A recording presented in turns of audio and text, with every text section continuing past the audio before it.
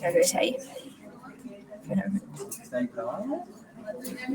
Espérame, tal vez ahí ya la puedo compartir. Ahí está. Entonces,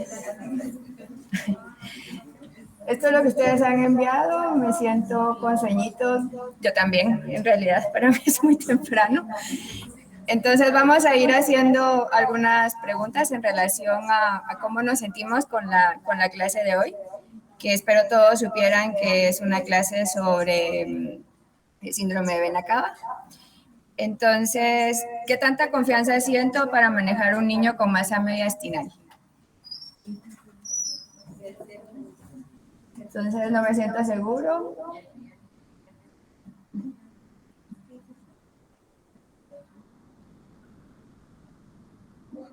Con confianza, pero no seguro.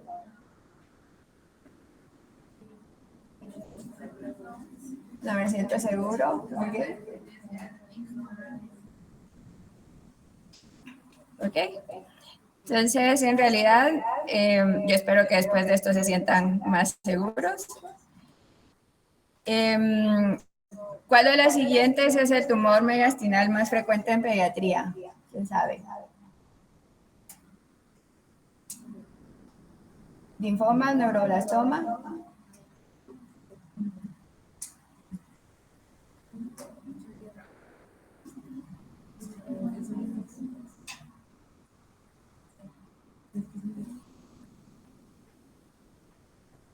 Muy bien, bastante bien. ¿Cuál de los siguientes cuadros clínicos es más común en pediatría? ¿Síndrome de Benacaba o síndrome mediastinal?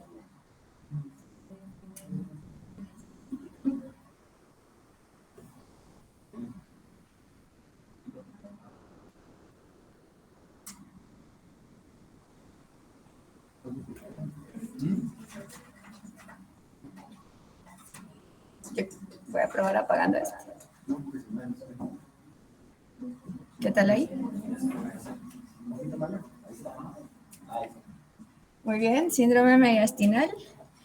Y por último, ¿cuál de los siguientes seleccionaría como primer estudio diagnóstico para realizar en un paciente con sospecha de masa mediastinal?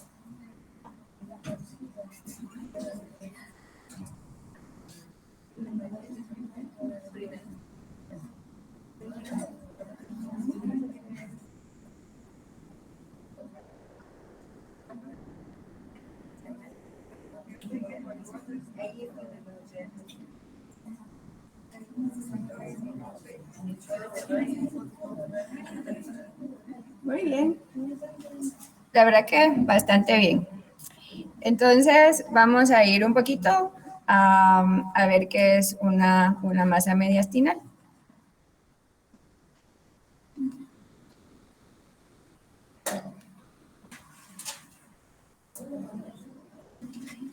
Entonces, los objetivos para esta clase es determinar la anatomía del mediastino y las particularidades del mediastino en la población pediátrica, enumerar los principales tumores mediastinales pediátricos, enumerar los principales signos y síntomas, los principales estudios diagnósticos y el método diagnóstico definitivo ideal, ¿verdad? Entonces, el mediastino es un espacio, algunos dicen un espacio virtual, que se localiza entre los pulmones y se delimita en la parte superior por la entrada al tórax, en la parte inferior por el diafragma, la parte superior del diafragma, en el lado anterior por el esternón, en la parte posterior por la columna vertebral y en la parte lateral por las pleuras pulmonares. Básicamente es un comprendido entre las pleuras y que incluye un montón de órganos vitales, entre estos, pues, la tráquea, los grandes vasos, el corazón, el esófago y órganos que son básicamente vitales. Entonces, hace varios años, el International Thymic Malignancy Interest Group hizo una clasificación que ahora es como decirle la clasificación estándar del mediastino y lo divide en una zona prevascular o anterior. Y antes esta era anterior, superior una y anterior la otra, ahora es anterior todo. una zona visceral, que es la zona de en medio, que básicamente es la que tiene todo el corazón y todos los grandes vasos, y una zona paravertebral, que es la parte posterior. Entonces, en esta figura, por ejemplo, lo que está en azul es el mediastino anterior.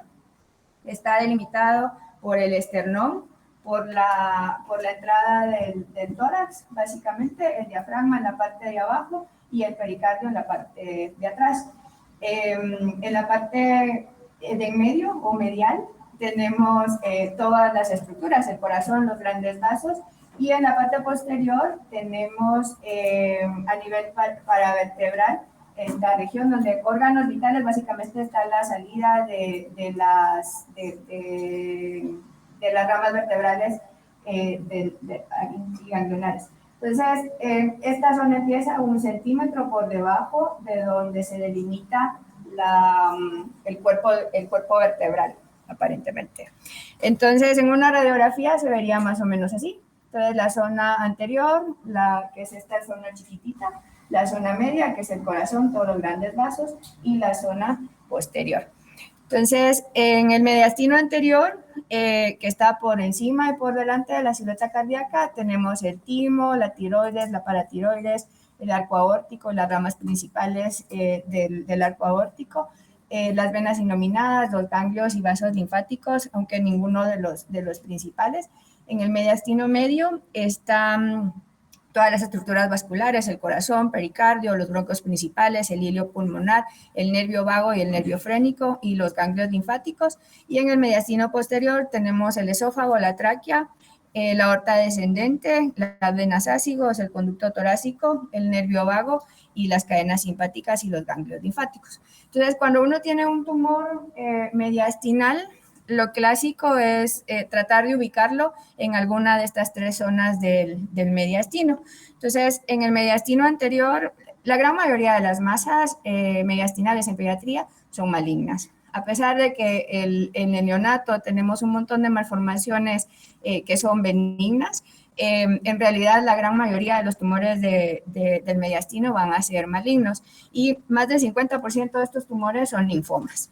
Entonces, el linfoma no Hodgkin es más común, el linfoma Hodgkin es el más común, y del linfoma no Hodgkin, a diferencia del adulto, aquí en pediatría lo que se ve es el linfoma linfoblástico, que es un tumor que crece rápidamente, que fácilmente produce dificultad respiratoria, y no el linfoma de células grandes como en adultos, que es una patología un poco más crónica y con más tiempo de evolución.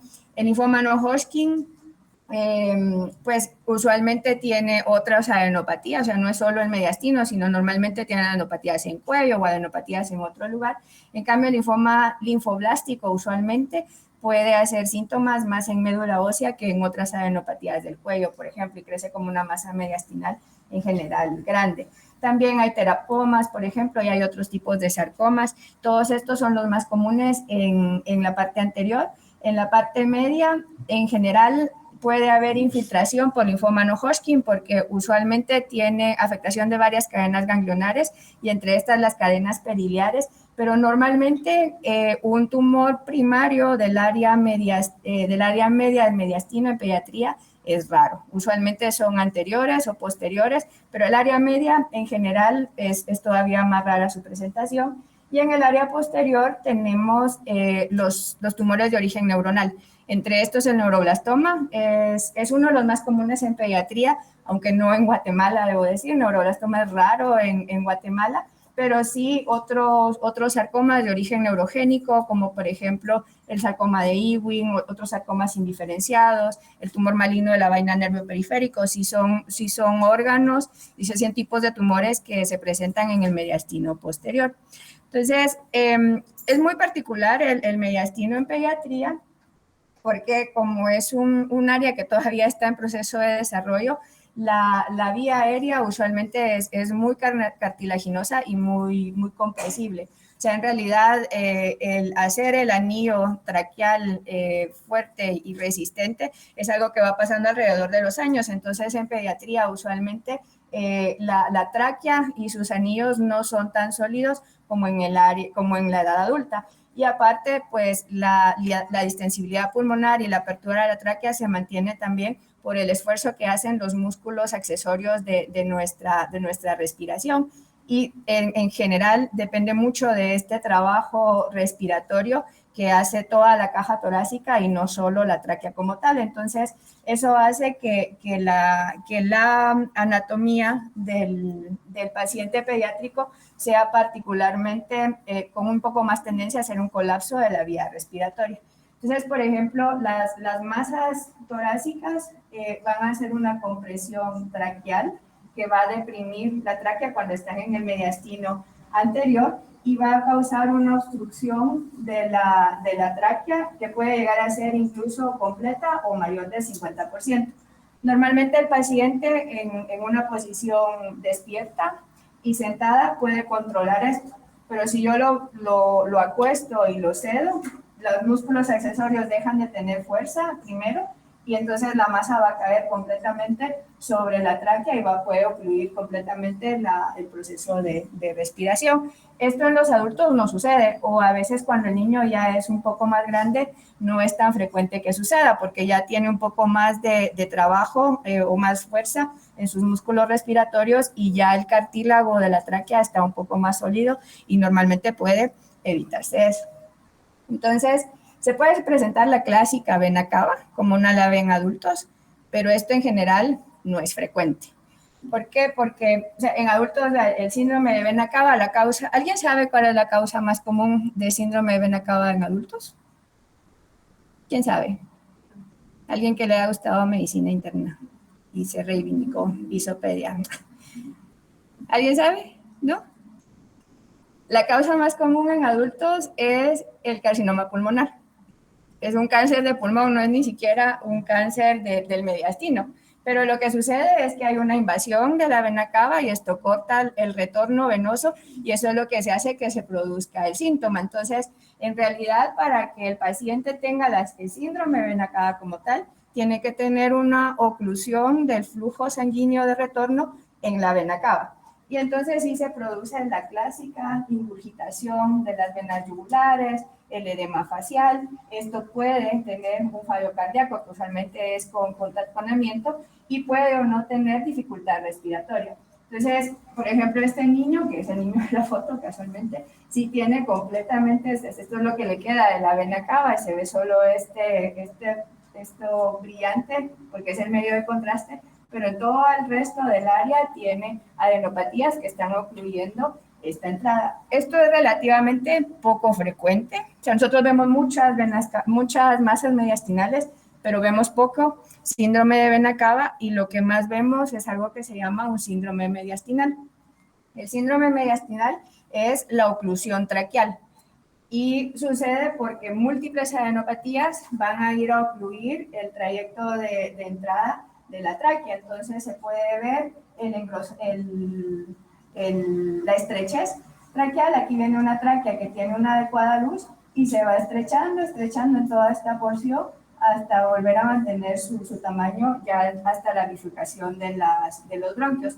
Entonces, este proceso es mucho más común. Se presenta en pacientes que son pequeños y puede manifestarse como síntomas respiratorios, usualmente con tos, que no alivia, o sea, que está ahí como persistente, sin rinorrea, sin realmente ningún otro síntoma respiratorio.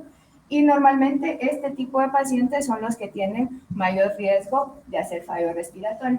Entonces, siempre que vemos una masa mediastinal en pediatría, lo que hay que ver es cómo está el diámetro de la tráquea, porque realmente esto es lo que más frecuentemente vemos. Y muchas veces este paciente no tiene la vena cava, o sea, la incursión.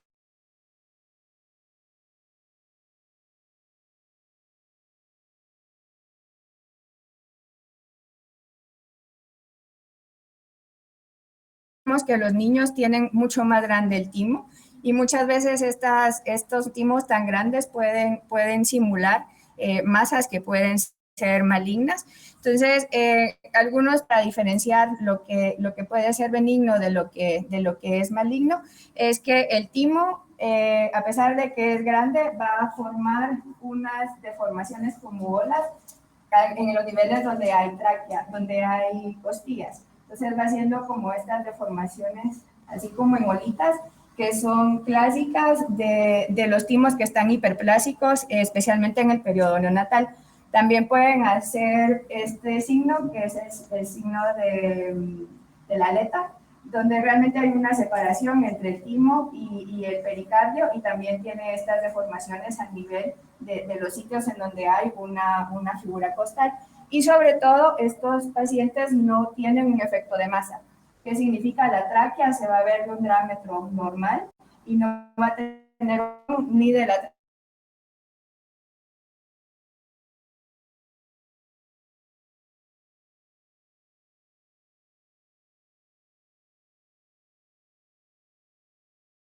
ven una tomografía, pues se van a ver como lesiones homogéneas, bien delimitadas, que tienen una convexidad al inicio, y esta convexidad se va perdiendo hasta después de los 5 años. O sea, todavía durante toda la niñez, o incluso en los pacientes que tienen quimioterapia, después de los 5 años pueden seguir viéndose estos timos grandes que son normales. También raro, pero existen algunas neoplasias vasculares. Las más comunes son el hemangioma y el hemangioendotelioma caposiforme. Son neoplasias muy parecidas, son raras, o sea, en realidad se presentan muy poco frecuente. Usualmente estas sí ya tienen el efecto de masa. ¿Qué es el efecto de masa? Ya desplaza una estructura hacia la derecha o hacia la izquierda, por ejemplo, según la localización en la que esté. Por ejemplo, acá está desplazando la tráquea hacia la derecha. Estas son, con el contraste, captan mucho. Los hemangiomas son más homogéneos, este es un hemangiopericitoma, entonces es menos homogéneo, y usualmente pueden invadir todas las estructuras de forma difusa, incluso causar un edema en los órganos que están cerca, pero esto en realidad es algo que se descubre muchas veces de manera incidental, y no es que el niño o la persona realmente esté consultando por un problema de esto. Se tratan con quimioterapia, a veces sin hacer cirugías. Y una cosa que sí ocupa como el 10% de los casos de masas mediastinales en pediatría son los quistes por duplicación intestinal, que aquí se incluye el quiste broncogénico, los neurogénicos y los quistes entéricos. Cuando están en mediastino, usualmente son unas masas que son redondas, son bien definidas, son homogéneas. Usualmente esto también es asintomático y se descubre normalmente están estudiándolos por otra cosa, por una gripe, por una neumonía, y es un hallazgo usualmente incidental. Son bien delimitadas y el tratamiento de esto es quirúrgico. Y sobre todo en pediatría, en Guatemala o en cualquier lugar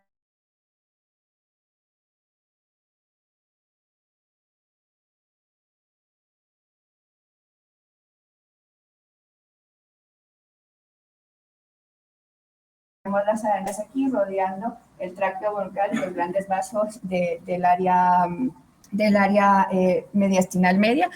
Usualmente estos sí son a veces muy grandes, usualmente tienen neumonía también, pero sí hay casos donde solo hay TB ganglionar, por ejemplo, y que sí se puede confundir con cáncer o con linfoma. Entonces, estos son algunos ejemplos de enfermedades benignas o enfermedades que no son cáncer, pero tenemos también el cáncer. Y el cáncer sí se puede convertir en una verdadera urgencia oncológica. Entonces, vamos, porque realmente el niño no va a venir y les va a decir, miren, si tengo cáncer, por favor de hacer todos mis estudios, sino que realmente va a venir más o menos así. Entonces, por ejemplo, tenemos a un paciente masculino de 6 años de edad, tiene 3 semanas de haber iniciado con tos seca, que no tiene una mejoría con los medicamentos habituales. Recientemente empezó con fatiga al hacer el ejercicio que habitualmente hacía, y hace 2 días tiene fiebre sin otros síntomas. ¿Qué piensan con esto, con esta historia?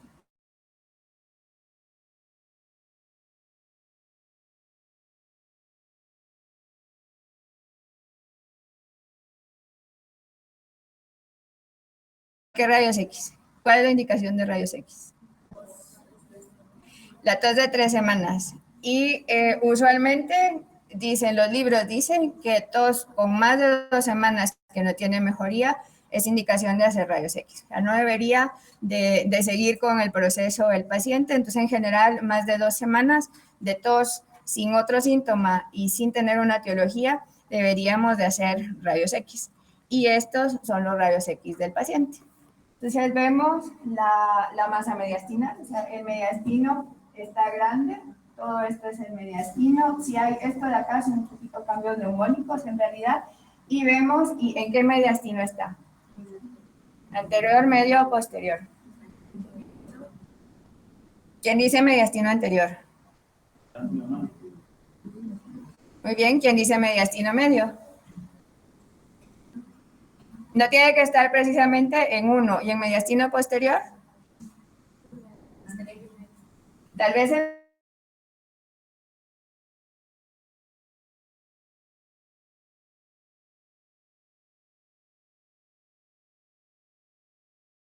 no logramos delimitar la silueta cardíaca. O sea, básicamente la silueta cardíaca está perdida y esto puede indicar que también el mediastino medio esté afectado, pero usualmente cuando estamos pensando en una masa mediastinal, lo primero que hacemos es una radiografía, idealmente una radiografía en proyección AP o PA y una radiografía en proyección lateral para poder identificar en qué zona del mediastino está la masa.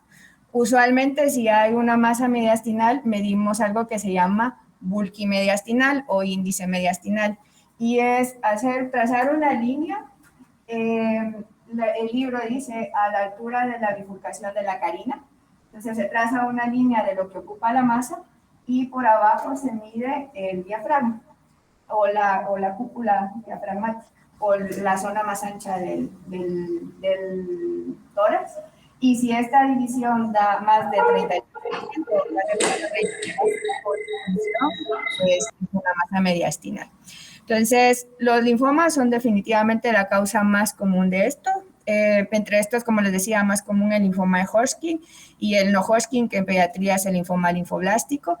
Pueden asociarse a síntomas B, que es fiebre, pérdida de peso, sudoración nocturna, y pueden tener el linfoma linfoblástico en particular un deterioro clínico rápido y progresivo. O sea, un paciente que una semana antes o un par de días antes se sentía bien, pero de repente no puede respirar, no puede mantener el decúbito. Entonces, algunos de estos pueden tener leucocitosis, pueden tener blastos en sangre periférica y normalmente son masas en el mediastino anterior. Y en la tomografía son hipodensos y realzan de forma homogénea con el medio de contraste.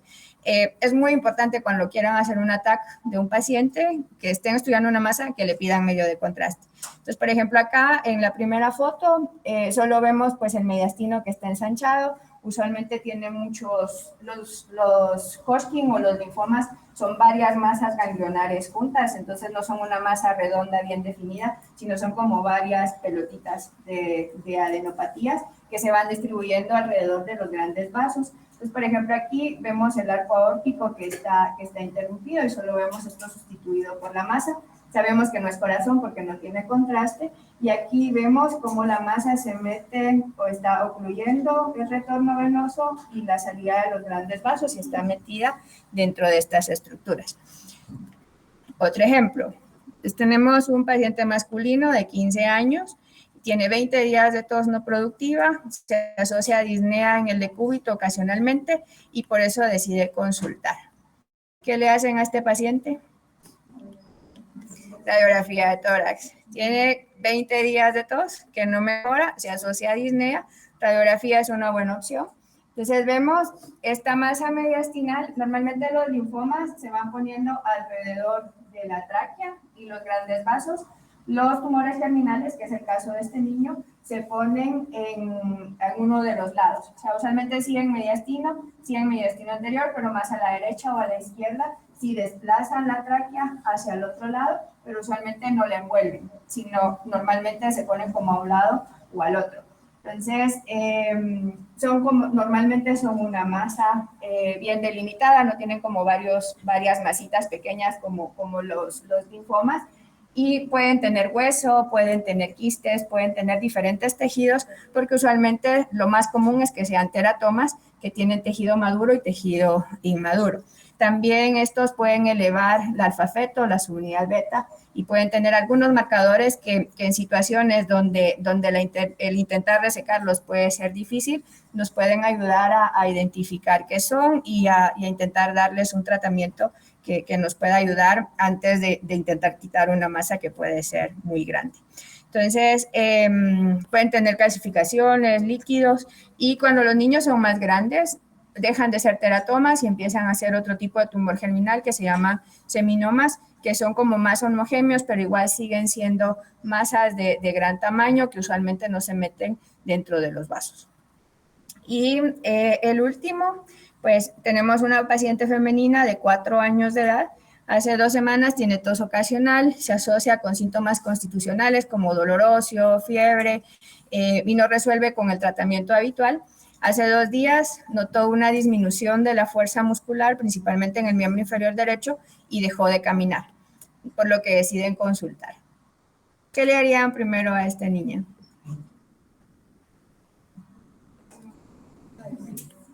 ¿Cómo?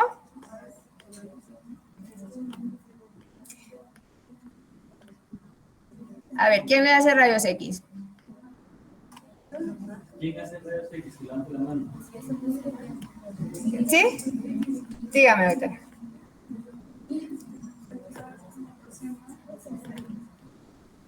Tiene 2 semanas, estamos hablando de masa mediastinal, pero en realidad tal vez yo no le haría tampoco rayos X. ¿Por qué? Porque tiene otros síntomas. Tiene dolor óseo, en general tiene otros síntomas constitucionales que los otros pacientes no tenían, no está tan delimitado que sea solo tos. ¿Y qué es lo que más le llama la atención? A ver, uno por uno. Doctora, ¿qué más le llama la atención?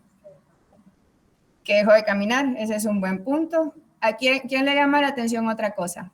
Que no sea que dejó de caminar. ¿Perdón? La disminución de la fuerza, que dejó de caminar, tiene disminución de la fuerza, ¿qué otra cosa? Tiene fiebre, tiene síntomas constitucionales, tiene dolor óseo. O sea, esta niña tiene un complejo de otros síntomas que tal vez no sea precisamente una masa mediastinal. Y lo traigo porque no es de los tumores que vayan a producir una masa mediastinal, sin embargo, sí está en el mediastino posterior. Esta es la tomografía de la niña y tenemos aquí una masa mediastinal que está invadiendo el canal medular y eso es lo que le está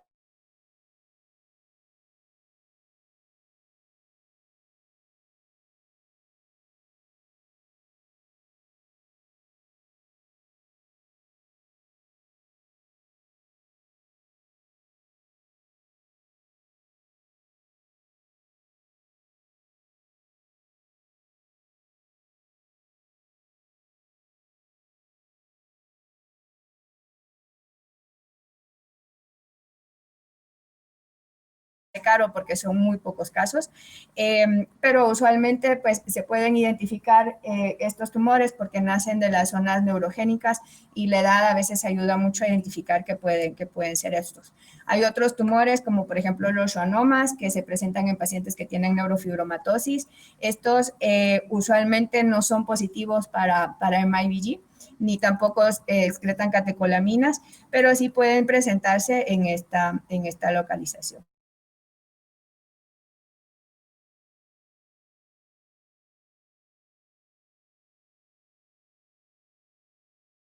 Con radiografía de tórax que tenga una masa mediastinal, para nosotros en onco es suficiente para que el paciente tenga una razón para llegar al hospital. Entonces, después de eso, es indispensable hacerle una hematología, una DHL, alfa-feto y su unidad beta. ¿Por qué? Porque usualmente estos marcadores nos pueden dar un indicio de los tumores más comunes en pediatría y nos pueden incluso ayudar a hacer el diagnóstico sin que se haga directamente una biopsia de la masa en cuestión.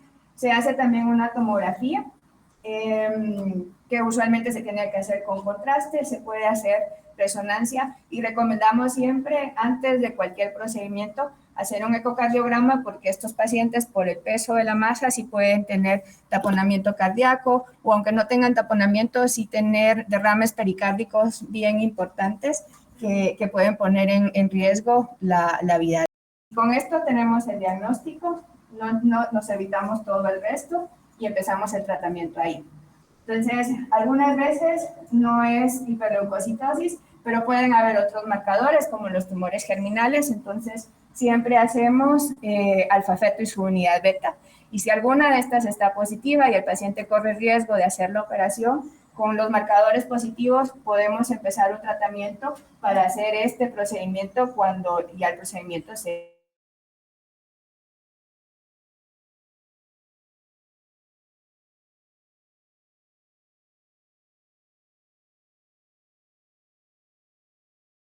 un diagnóstico. Si no se tiene diagnóstico, entonces buscamos adenopatías. Adenopatías la más accesible y la más fácil de biopsiar, usualmente son en cuello, pueden ser en axila o a veces a nivel inguinal, pero buscamos cualquier adenopatía que tenga un tamaño mayor de 2 centímetros y si esta adenopatía existe, entonces biopsiamos la adenopatía y si todo esto no hay, entonces ya nos vamos a la biopsia de la masa mediastinal. Entonces, cuando queremos hacer la biopsia, lo principal es el riesgo del paciente de hacer la biopsia. Por ejemplo, tenemos este niño de 5 años que tiene tos de 1 semana de evolución.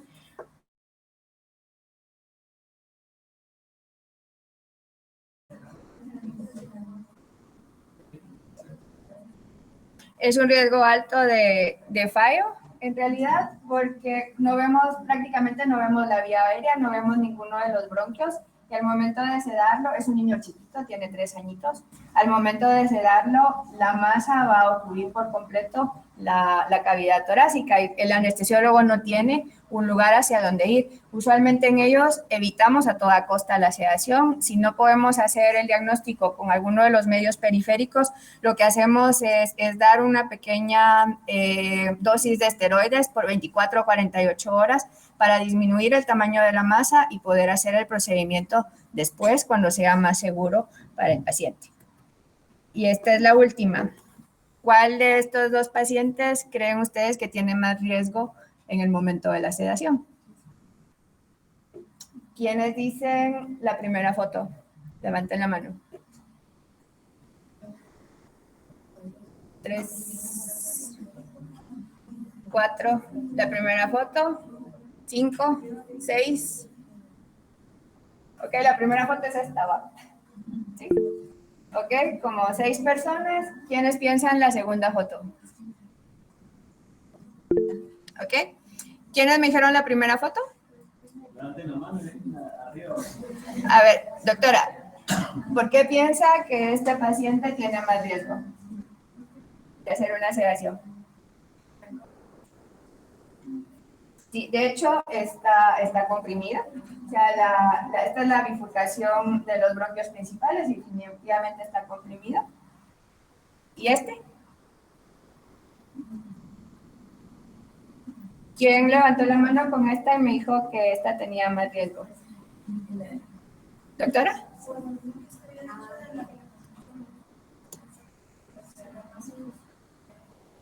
Es un muy buen pensamiento. Este paciente tiene una compresión, o sea, los bronquios no se ven redondos, están comprimidos, hay disminución del diámetro, posiblemente más del 30%. Este paciente sedado es lo mismo. Tiene esta masa, no va a haber mayor compresión. Esta no es una respuesta 100% correcta, vamos, pero en realidad, o sea, este paciente, si lo vemos, si tuviera solo esto, al sedarlo no hay más riesgo porque ya este tiene la compresión máxima por la masa. Este paciente sí, porque tiene una masa que está en el mediastino anterior, que está por arriba de la tráquea y los bronquios, y al momento de sedarlo, la masa va a caer y entonces va a ocluir los dos bronquios. Entonces, no es que sean respuestas correctas o incorrectas, sino realmente pues estamos aprendiendo todos a ver estas imágenes. Entonces, ¿qué hacemos con estos pacientes? Usualmente damos oxígeno, los ponemos en semifuller, evitamos lo más que se pueda hacer una sedación, especialmente si tienen ya los síntomas de dificultad respiratorias, si son pacientes que no toleran el decúbito, por ejemplo, o que están en casa y que los padres dicen que se despiertan en la noche porque no pueden dormir. Entonces evitamos que estén sedados, están en semifuller, se evitan a toda costa los balances positivos. Usualmente estos niños pues comen poco y les dejamos líquidos y evitar el balance positivo es de verdad una cosa muy, muy importante en ellos. Y si tienen lisis tumoral, pues hacemos el manejo básico de lisis tumoral. Quimioterapia la damos... si no podemos hacer el diagnóstico histológico porque el paciente corre muchos riesgos, sí podemos dar metilprednisolona o dosis de dexametasona que se dan en general a dosis bajas. Y en algún tiempo, hace muchos años, se usaba la radioterapia como una medida inicial en los pacientes que tenían el síndrome de vena cava, porque son en general tumores, tanto los linfomas como los tumores germinales, incluso los neuroblastomas son tumores radiosensibles, y lo ideal es la resección quirúrgica. En linfomas, la resección quirúrgica completa no es necesaria. En tumores, en neuroblastoma y en tumores germinales sí se necesita resecarlos quirúrgicamente, pero usualmente no siempre al diagnóstico si la condición del paciente no es estable, porque son realmente tumores que van a responder bastante a la quimioterapia.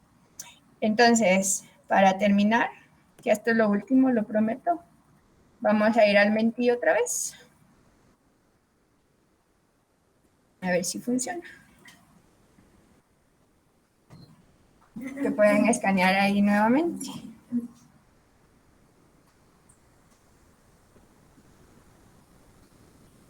Y otra vez me va a pasar lo mismo. Escaneamos, doy un minutito para escanear.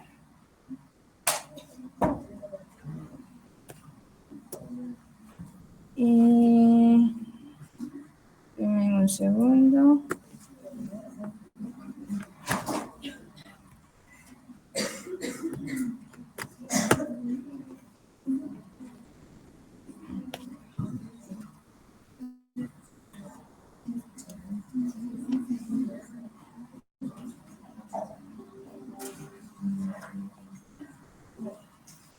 Ok.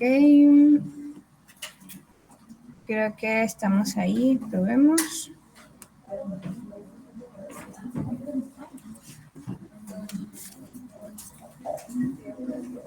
Mira otra vez.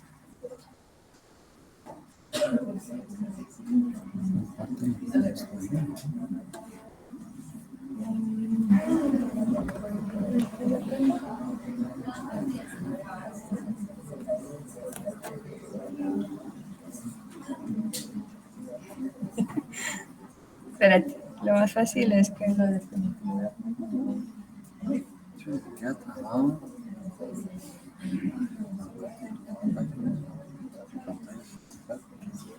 Espérame.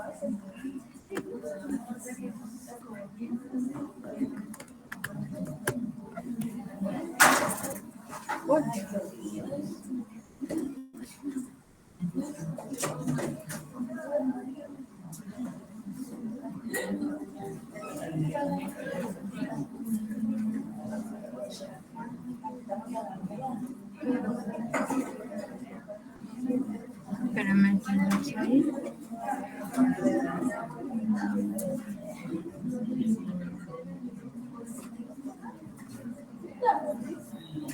Ahí está.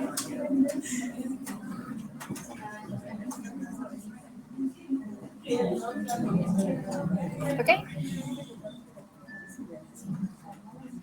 Entonces, vamos con esta. Tienen un paciente de 12 años con 20 días de tos y notan una neuropatía cervical de 5 centímetros.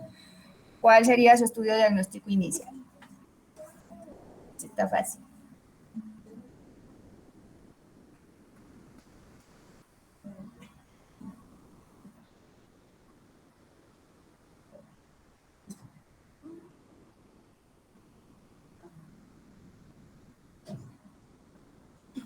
Sí, son bastantes. Ok, los rayos X de tórax es un buen estudio diagnóstico inicial. No digo que la tomografía no sea necesaria, pero como abordaje inicial para ver si tiene mediastino ensanchado, rayos X de tórax es una buena es una buena opción. Y tal vez esto lo olvidé durante la clase, pero paciente que tiene tos y que empieza con una adenopatía, no vamos a estudiar solo la adenopatía acá. O sea, en realidad, paciente que tiene adenopatías cervicales, siempre hay que hacer unos rayos X de tórax porque cerca del 60% de los linfomas tienen masa mediastinal. Entonces, en realidad, adenopatías en cuellos es una razón de hacer rayos X de tórax. Siguiente. Entonces, luego de ver la radiografía que tiene una masa mediastinal, ¿en qué orden realiza los siguientes estudios?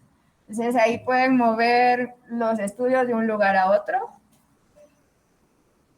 y luego le dan a enviar a su respuesta.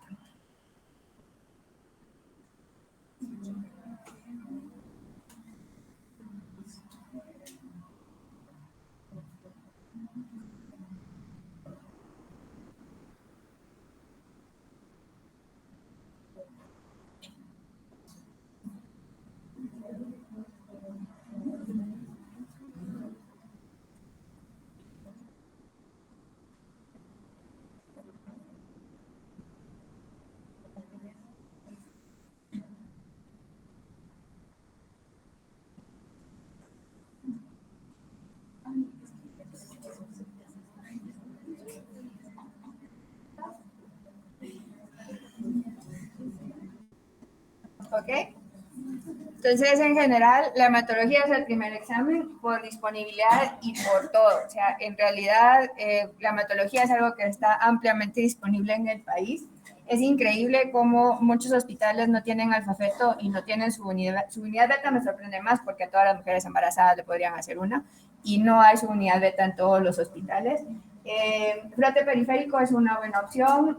Yo haría la hemato, luego el alfafeto su unidad beta, la DHL y el frote si la hemato tiene alterado algún resultado. O sea, en realidad no todos los que hacen hematología tienen que hacer el frote también, sino se va como pidiendo según los resultados que vayamos teniendo. Luego, la hematología tiene 35,000 blancos con linfocitos 85%, una hemoglobina en 10, plaquetas en 95,000. ¿Cuál escogería como método diagnóstico histológico en este paciente? O sea, eso se refiere a qué escogerían ustedes para hacer el diagnóstico definitivo.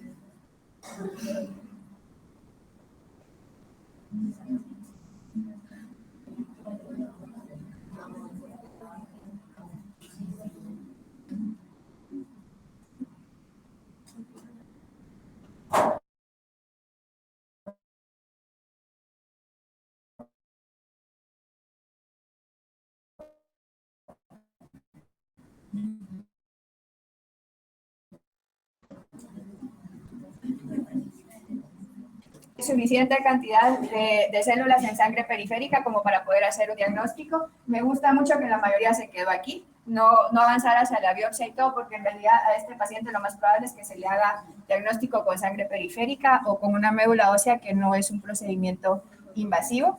Esto depende de hacer médula o no, depende mucho de la escuela en la que uno se entrenó. Hay escuelas en donde dicen que siempre hay que hacer médula. En realidad nosotros hacemos mucho diagnóstico en sangre periférica si tenemos una suficiente cantidad de células ahí. Y la última, ¿qué tanta confianza siento para detectar y manejar un paciente con masa mediastinal?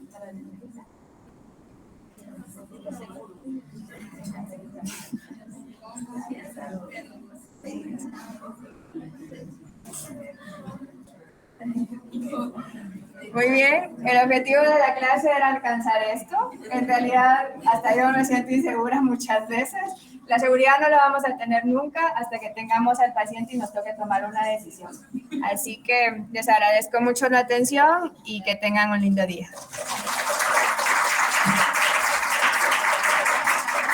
No sé si tienen alguna pregunta o comentario. Estamos en punto. No sé, Carlos dirá si hay oportunidad de responder dudas. O alguien de los otros hospitales, si tiene dudas, ahorita pueden.